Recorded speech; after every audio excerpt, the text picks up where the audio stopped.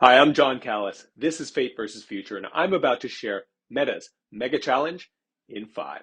Years ago, Meta created a little piece of code called a pixel. The pixel lets website operators track their visitors for the purpose of knowing what parts of a site are most popular. So far, so good.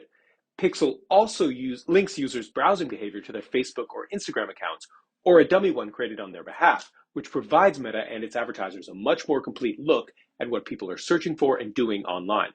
Ostensibly, this data capture allows Meta to sell more efficient, as in better targeted, placements to advertisers. But you probably already knew most of this. In an increasingly digital, seemingly post-privacy world, learning that your online behavior and data are constantly being collected shouldn't come as a shock to anyone. But what you might not know is that businesses can actually decide how much of that data they send up to Meta's servers. That suggests an interesting question. Is anything off limits? For example, would you want or expect your data to be collected by and from government websites, pregnancy counseling centers, or hospitals? If not, prepare for this. Among a list of the top 100 US hospitals, it was found that a third of them had Pixel enabled on their appointment scheduling pages and even their patient portals. These pixels collected sensitive information from users, including medications and sexual orientation. One hospital site told Meta when someone clicked schedule appointment, which doctor they scheduled the appointment for, and even that the doctor was found by searching the term home abortion. That hospital has since removed the pixel. Not good. But who is really to blame here? It is ultimately the business's decision whether or not they want to use Pixel and what data they collect from their visitors.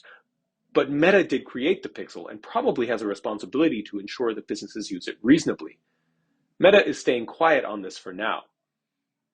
So where's the duty of care? When sensitive information is involved, it makes logical sense that businesses would have a responsibility to their clients to respect their privacy. But businesses also need to market themselves. In fact, by many measures, that's getting harder than ever, and certainly more expensive for most. So where does the privacy needs of site visitors fall? Especially since without special tools, it's difficult for your average web user to know whether or not they're being tracked at all. The unsatisfying answer is on everyone, starting with the web browsing public. Unfortunately, some browsers like Safari, Firefox, and Brave offer their users tracker blockers to help ensure your privacy. VPNs, which obscure your IP address, are also an option. But Meta should step up. Even though the company has rules and tools in place to help businesses avoid the collection of sensitive information, they're obviously not working.